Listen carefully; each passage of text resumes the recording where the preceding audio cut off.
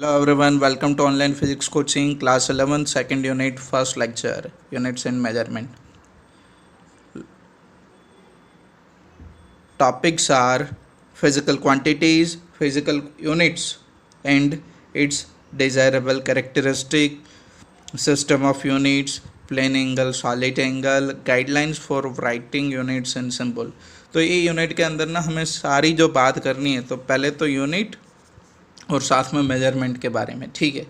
तो उनका इंट्रोडक्शन लूँगा फिर और डायरेक्ट मैं पॉइंट पे जाऊँगा, ठीक है। तो देखो यूनिट्स में आपको एक सिंपल बोल दूँ, एक लाइन के अंदर मैं बोलूँ आपको, तो यूनिट्स क्या होता है कि आपकी देखो कोई भी लाइक ये पेंसिल है, तो आप बोले कि पेंसिल की लेंथ कितनी है, तो आप क्या बोलोगे कि सर अबाउट 8-9 सेंटीमीटर है। तो आप जो सेंटीमीटर बोलते हो ना, वो यूनिट होता है उनका, उनकी लेंथ इंडिकेट कर रहा है, उनकी फिजिकल क्वांटिटी इंडिकेट कर रहा है, ठीक है। और ये आपने जो बोला 9 centimetre, that is measurement of length.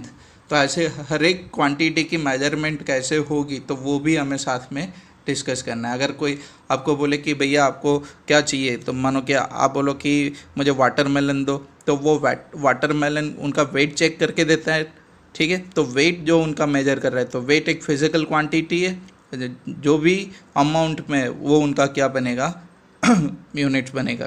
KG आप बोलोगे कि 5 kg 4 kg आप जो बोलते हो ना, ठीक है, तो वो उनकी क्या बन जाती है, यूनिट्स बन जाती है, ठीक है। एक्चुअल में वेट का यूनिट केजी नहीं होता, वो आगे जाके आप डिस्कस करोगे difference between weight and mass, तो वहाँ पे और ज़्यादा क्लियर होगा, ठीक है।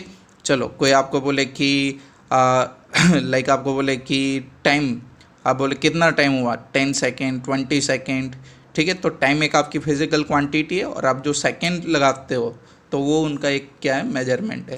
तो यहाँ पे हर एक जगह पे हमें हर एक फिजिकल क्वांटिटी और उनकी मेजरमेंट की डिस्कशन करनी है, ठीक है। क्लियर, समझ में आया कि मेजरमेंट क्या होता है। कि आपको बोले कि भाई जाओ एक कोई चीज़ लेके आओ, तो आप बोलोगे ना कितनी लेके आनी है, अमाउंट कितनी है उनकी, ठीक है। कि मान हाउ मच केजी, तो केजी उनका मेजरमेंट है।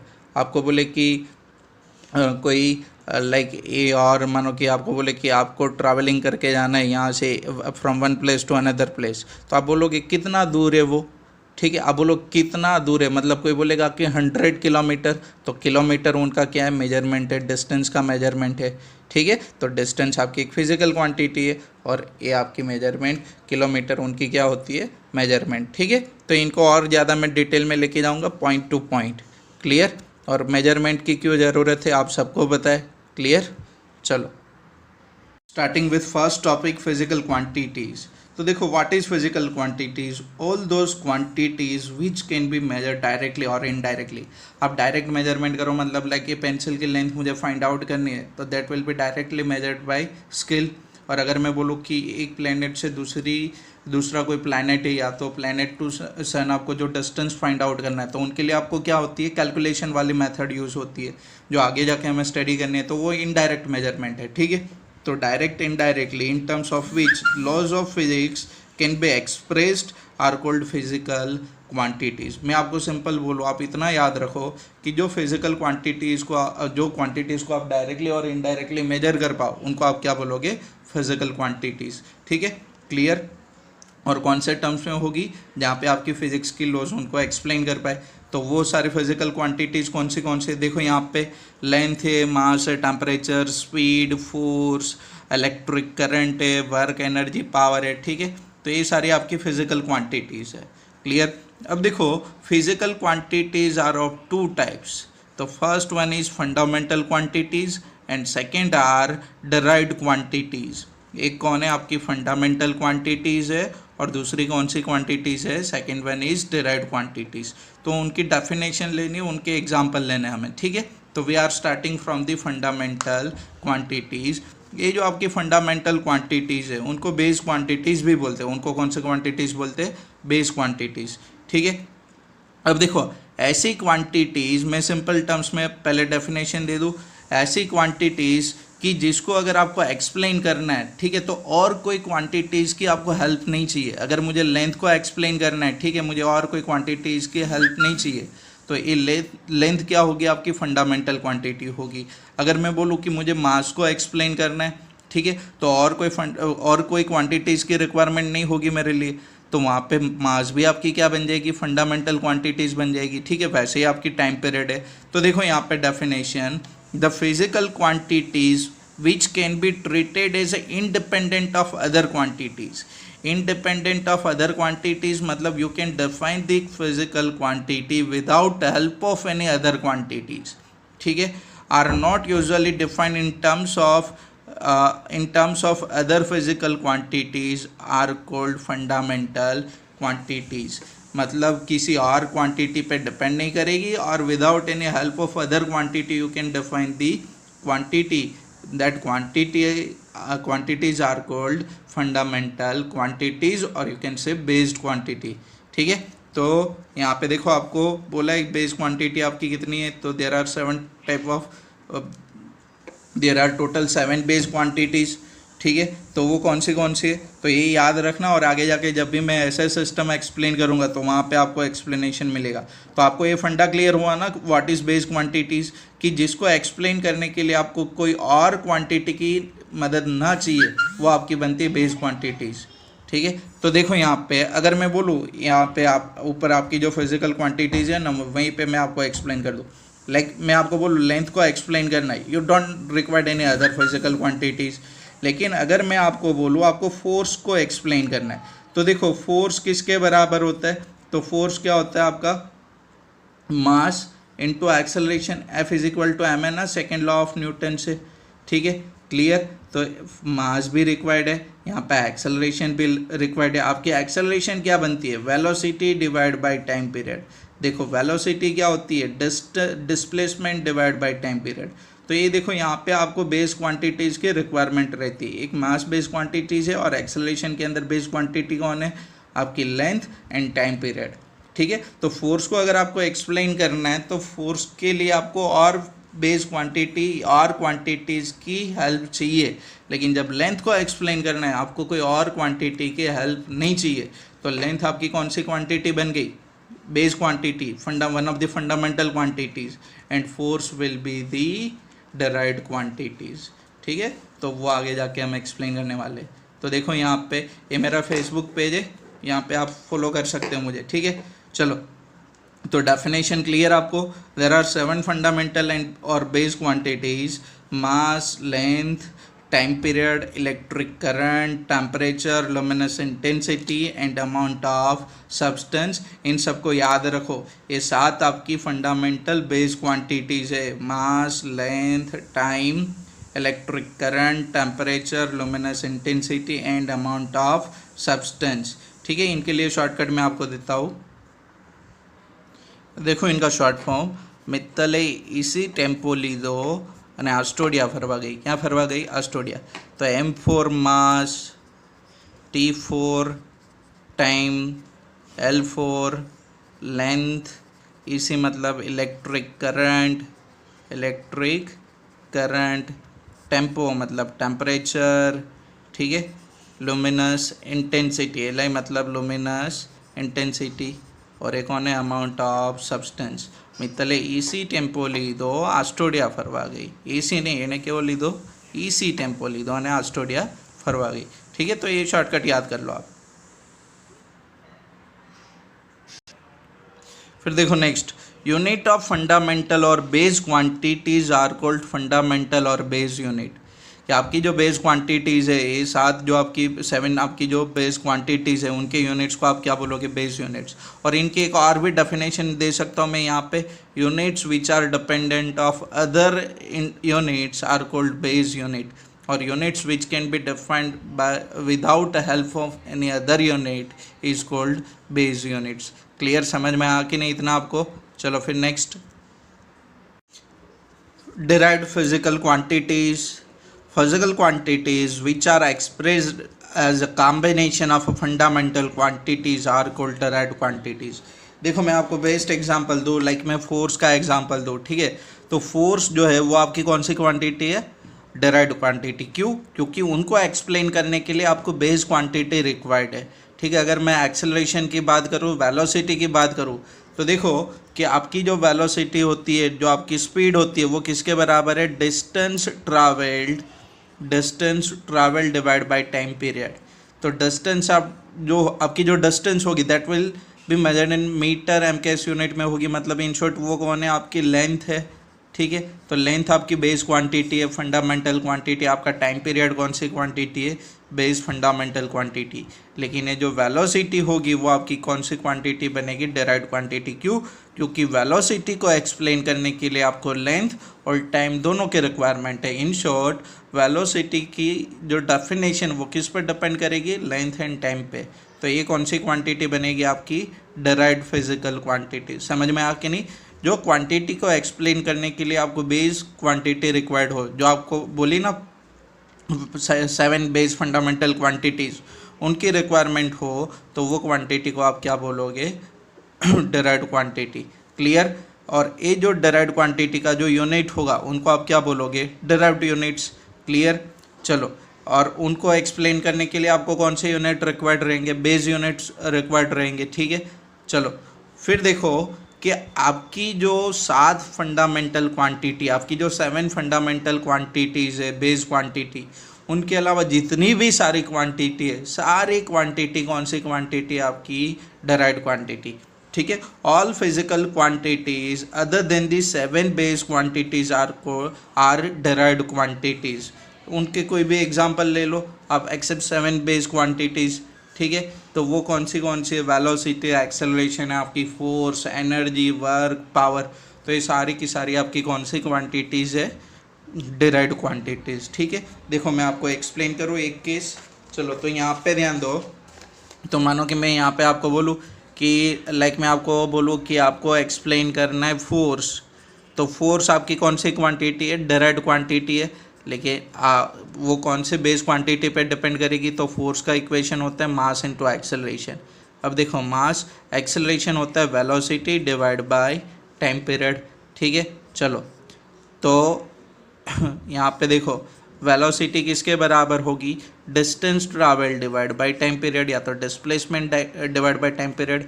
तो ये क्या बनेगा, mass into distance travel divide by time square. Mass आपकी कौन सी क्वांटिटी है, बेस क्वांटिटी। डिस्टेंस मतलब लेंथ कौन सी क्वांटिटी है, बेस क्वांटिटी। टी कौन है, आपका टाइम पीरियड है, वो भी आपकी बेस क्वांटिटी। मतलब आपकी ये जो डेराइव्ड क्वांटिटी है वो ये 3 बेस क्वांटिटी पे डिपेंडेंट है कि नहीं, समझ में आ कि नहीं। तो वैसे ही उनके यूनिट के बारे में बात करेंगे आगे जाके, ठीक है। तो यूनिट देखो, फोर्स का यूनिट होता है न्यूटन, फोर्स का यूनिट क्या होगा, न्यूटन। मास मतलब केजी, और ये देखो एक्सेलरेशन क्या होता है, मीटर पर सेकेंड स्क्वायर। तो आपकी बेस यूनिट कौन सी है, तो मैं यहाँ पे बेसिक बात कर दूँ कि लेंथ का अगर मैं यूनिट करूँ ऐसा सिस्टम में तो वो क्या होगा, मीटर, ठीक है। टाइम पीरियड की बात करूँ तो वो क्या होगा, सेकेंड। क्लियर? और मास की बात करूँ तो वो कौन सा होगा, केजी। इन शॉर्ट ये आपके बेस यूनिट बनेंगे, ठीक है। ऐसे और भी क्वांटिटीज़ है ना आपकी 7 फंडामेंटल क्वांटिटीज़, उनके यूनिट्स है। तो यहाँ पे देखो ये न्यूटन आपकी डेराइव्ड यूनिट्स बनेगी, कैसे, तो केजी मीटर पर सेकेंड स्क्वायर है कि नहीं। चलो तो ये मीटर किसका यूनिट है, लेंथ की, ठीक है। ये देखो ये किसका यूनिट है, टाइम पीरियड का, और ये केजी किसका यूनिट है, मास का। तो आपका ये जो डेराइव्ड यूनिट है उनको मुझे एक्सप्लेन करने के लिए आपकी बेस यूनिट्स की रिक्वायरमेंट हुई कि नहीं। तो ये यूनिट्स को आप क्या बोलोगे, डेराइव्ड यूनिट्स। समझ में आ कि नहीं आपको, क्लियर, कि न्यूटन को एक्सप्लेन करने के लिए मुझे केजी, मीटर एंड सेकेंड चाहिए, ठीक है। जो आपकी कौन सी यूनिट है, ये आपकी बेस यूनिट, फंडामेंटल यूनिट्स। उसके बाद आप इनको डिफाइन कर पाते हो, ठीक है, क्लियर। तो बेस यूनिट को बेस यूनिट की हेल्प लेके अगर कोई यूनिट को आप डिफाइन करो तो वो आपकी कौन सी यूनिट बनेगी, डेराइव्ड यूनिट्स बनेगी। कौन सी बनेगी, डेराइव्ड यूनिट्स बनेगी। समझ में आके नहीं सबको, ठीक है, क्लियर। तो आपका base quantity, base unit, derived quantity and derived quantities, ये टॉपिक क्लियर होना चाहिए। क्लियर, समझ में आ कि नहीं। चलो फिर नेक्स्ट टॉपिक है आपकी physical units and it's characteristic. तो देखो यहाँ पे physical units and it's characteristic, physical unit and it's desirable characteristic. तो आपकी कोई भी फिजिकल क्वांटिटी को मेजर करनी है तो आप स्टैंडर्ड एक यूनिट डिफाइन करते हो ना, कि मैं बोलूँ कि स्केल आप देखो तो यहाँ पे देखो हर एक यहाँ पे सेंटीमीटर पे मार्क किया है कि नहीं, 1 सेंटीमीटर, ठीक है। तो एक 1 सेंटीमीटर एक स्टैंडर्ड मेजरमेंट बन गई, ठीक है। तो वो आपकी क्या बनेगी, फिजिकल यूनिट बनेगी। तो देखो यहाँ पे, तो standard amount of physical quantity chosen to measure a physical quantity, एक स्टैंडर्ड अमाउंट सेट करो लाइक 1 मीटर, तो 1 मीटर एक स्टैंडर्ड अमाउंट है टू मेजर द लेंथ, ठीक है। 1 सेकेंड, तो ये एक स्टैंडर्ड मेजरमेंट है to measure the time period. 1 kg, तो एक आपका स्टैंडर्ड मेजरमेंट हुआ टू मेजर द मास। तो ये सारी आपकी फिजिकल क्वांटिटी की मेजरमेंट के लिए जो आपने चूज़ किए क्वांटिटी को, ठीक है, तो वो आपकी क्या बनेगी, फिजिकल यूनिट बनेगी, ठीक है। तो उनकी कैरेक्टरिस्टिक के अंदर 1 बाय 1 हम डिस्कस करेंगे और वहीं पे साथ में मैं आपको एक्सप्लेन करता जाऊँगा, ठीक है। तो देखो, desirable characteristic of physical unit, कि ये आपकी जो यूनिट होगी वो कैसी होनी चाहिए, ठीक है। 1 मीटर है, 1 सेंटीमीटर है, 1 kg, 1 ग्राम, आपके अलग अलग सिस्टम में जो यूनिट है ना, आगे जाके उनको क्लेरिफाई करेंगे, लेकिन अगर अभी सबको साथ में लेके चलो, ठीक है। तो वो कैसी होनी चाहिए, तो first it should be well defined. Well defined मतलब कि एग्जैक्ट होना चाहिए कि ये डिस्टेंस भी आपका 1 सेंटीमीटर है, तो ये प्रॉपर डिफाइन होना चाहिए 1 सेंटीमीटर, ठीक है। 1 ग्राम इतने अमाउंट को आप बोलोगे, ठीक है, इतना मास होगा, वो आपकी 1 ग्राम है, तो वो स्टैंडर्ड होना चाहिए, वेल डिफाइंड होना चाहिए, ठीक है, क्लियर। फिर देखो, it should be convenient size. Convenient size मतलब कि लाइक मैं बोलूँ कि ये 1 सेंटीमीटर है, तो ये 1 सेंटीमीटर आपकी, ये यहाँ से लेके ये यहाँ पे 1 सेंटीमीटर हुई ना, ये डिस्टेंस आपकी लेंथ इतनी, क्लियर। तो वो कन्वीनियंट स्मॉल साइज़ है। इनसे बड़ी यूनिट कौन सी होगी, 1 मीटर होगी। फिर आगे जाते हो आप, इनसे बड़ी यूनिट इंच, फिर आपके मीटर में जाते हो, आप किलोमीटर में जाते हो, ठीक है। तो आपका जो यूनिट है वो स्मॉल भी नहीं होना चाहिए और इतना बड़ा भी नहीं होना चाहिए, लेकिन आपको पता है कि ये दोनों यूनिट हमारे पास होते हैं हर एक फिजिकल क्वांटिटी के लिए। अगर आपको लार्जर डिस्टेंस मेजर करना है from 1 city to second city, ठीक है, तो आप किलोमीटर में बोलते हो, ठीक है, क्लियर। समझ में आना आपको। अगर आपको स्मॉल अमाउंट मेजर करनी है तो आप ग्राम में मेजरमेंट लेते हो, ठीक है, क्लियर। लेकिन जब भी मास ज़्यादा होगा तो आप केजी के अंदर चले जाते हो, ठीक है। अब देखो, मैंने पहले भी बोला आपको कि केजी एक्चुअल में आपका मास का यूनिट है, ठीक है, क्लियर। तो आपकी डिपेंड करती है कि कौन से सिचुएशन में आप यूनिट यूज़ करते हो, ठीक है। लेकिन अगर मैं बोलूँ कि मुझे मानो कि मुझे यहाँ से ना अहमदाबाद टू राजकोट का डिस्टेंस मुझे मेजर करना है, तो आप बोलो कि सर किलोमीटर में इतना है, तो मीटर हम क्यों यूज़ नहीं करते, क्योंकि वो डिस्टेंस के लिए, अहमदाबाद टू राजकोट डिस्टेंस के लिए मीटर आपकी स्मॉल यूनिट है, तो उनके लिए सूटेबल यूनिट कौन है, किलोमीटर है। समझ में आ कि नहीं। अगर मैं बोलूँ कि आपसे आपके नेबर का घर कितना दूर है, तो आप क्या बोलते हो, मीटर में बोलते हो ना, ठीक है। तो वो उनके लिए कन्वीनियंट यूनिट है, वहाँ पे किलोमीटर आपकी बड़ी यूनिट बन जाती है, ठीक है। तो ये देखो, it should be convenient size, neither too small nor too large, comparison with measurable physical quantity. आप कौन सी फिजिकल क्वांटिटी मेजर कर रहे हो उनके कंपैरिजन में। समझ में आ कि नहीं। मैंने आपको बेस्ट एग्जांपल दिया ये डिस्टेंस वाला, ठीक है, कि 1 सिटी टू एक सिटी से दूसरे सिटी का जो डिस्टेंस मेजर करना है वो हम किलोमीटर में करते, लेकिन जब आपके घर से आपके नेबर का डिस्टेंस आपको मेजर करना है, ठीक है, तो वो आप मीटर में बोलते हो। समझ में आ कि नहीं। हाँ, वहाँ पे आप सेंटीमीटर भी नहीं बोलोगे क्योंकि वो उनके लिए स्मॉल यूनिट बन जाती है, mm तो एकदम स्मॉल बन गई। समझ में आ कि नहीं। फिर देखो next, it should not change with time, कि आपकी जो फिजिकल यूनिट है वो विथ टेम्परेट चेंज नहीं होनी चाहिए, कि एक साल पहले ये डिस्टेंस आपका 1 सेंटीमीटर था, फिर दूसरे साल में ये इनसे कम हो गया, समझ में आ, या तो इनसे ज़्यादा बन गया। तो with time period, with physical condition, आपकी जो यूनिट है वो चेंज नहीं होनी चाहिए। समझ में आ कि नहीं। वो वैसे का वैसे ही रहना चाहिए, स्टैंडर्ड। क्या रहना चाहिए, स्टैंडर्ड। चलो फिर नेक्स्ट देखो, it should be easily reproducible, easily आप उनको कॉपी कर पाओ। देखो एक स्केल है, यहाँ पे 1 सेंटीमीटर है, पूरा ये स्केल करके रखा है ना, तो ऐसा थोड़ी एक ही स्केल है, ऐसे आप और स्केल भी बनाते हो ना, तो वो रिप्रोड्यूस्ड करते हैं। वो क्या करते हैं, ये यूनिट को सेंटीमीटर है यहाँ पे, उनको रिप्रोड्यूस्ड किया, ठीक है। तो वैसे ही आपकी जो भी यूनिट होगी वो रिप्रोड्यूसिबल होनी चाहिए। आपको 1 kg का मास बोलते हो, ठीक है, तो वो 1 kg आप इजीली रिप्रोड्यूस्ड कर पाओ कोई और सब्सटेंस के फॉर्म में। समझ में आ कि नहीं? जैसे आपकी होती है ना, आप सब जब भी सब्जी लेने जाते हो तो वो वहाँ पे स्टैंडर्ड होता है ना 1 kg 500 ग्राम, तो वो रिप्रोड्यूस्ड किया है, ठीक है। बेस्ट एग्जांपल है, स्केल वाला ले लो आप, ऐसे ही आप नंबर ऑफ स्केल बनाते हो मेजरमेंट के लिए, ठीक है, तो ये रिप्रोड्यूस्ड करते हैं इनको। चलो, it should B indestructible, easily वो डिस्ट्रॉयड नहीं होना चाहिए, ठीक है, कि आपका जो यूनिट होगा it should not be destroyed, it should not destroyed, कि वो डिस्ट्रॉयड नहीं होना चाहिए। अगर मानो कि ये मेरी स्टैंडर्ड मेजरमेंट है और अगर ये डैमेज हो गई ना, तो वो एक्यूरेट मुझे फिजिकल मेजरमेंट नहीं देती। तो वैसे ही आपकी जो फिजिकल यूनिट है इट शुड बी इंडिस्ट्रक्टिबल। चलो, it should not be affected by change in physical condition, है मैंने आपको पहले भी बता दिया, विथ टाइम पीरियड और with physical condition like pressure temperature, तो इनके साथ आपका यूनिट चेंज नहीं होना चाहिए, ठीक है। फिर देखो, it should B internationally acceptable, ये ध्यान से सुनना। इंटरनेशनली एक्सेप्टेबल मतलब क्या, कि ये यहाँ पे जो 1 सेंटीमीटर है, ठीक है, तो मानो कि मुझे कोई मेरी प्रोडक्ट है, कोई जिसकी लेंथ मुझे मेजर करके देनी है, या तो कोई प्रोडक्ट है जिनका मास मुझे मेजर करके देना है। अगर मानो कि यहाँ से मैं इनको मीटर में या तो मास को मैं मानो कि केजी में मेजर करके दूँ, और जहाँ पे मैं एक्सपोर्ट कर रहा हूँ वो वाली कंट्री के अंदर वो यूनिट यूज़ ही नहीं करते वो लोग, तो उनके लिए क्या बन जाता है, डिफ़िकल्ट बन जाता है, और हमारे लिए भी वो प्रॉब्लम करता है। तो आपका जो भी यूनिट हो वो इंटरनेशनली एक्सेप्टेड होना चाहिए, मतलब आपके यहाँ पे भी चलेगा, उनके वहाँ पे भी चलेगा। देखो, इसी वजह से ना एक स्टैंडर्ड सिस्टम डेवलप हुई थी, एसआई सिस्टम, ठीक है। यही प्रॉब्लम था कि आप यहाँ से जो मेजर करके देते हो वो वहाँ से उनको चेंज करना पड़ता है, उनको कैलकुलेट करना पड़ता है, तो वो डिफ़िकल्ट बन जाता है। तो उन लोगों ने क्या किया, एक स्टैंडर्ड सिस्टम डेवलप कर दिया इंटरनेशनली, ठीक है। तो वो आपकी कौन सी थी, एसआई सिस्टम, ठीक है। तो ये याद रखो कि आपकी जो भी unit, it should B internationally acceptable.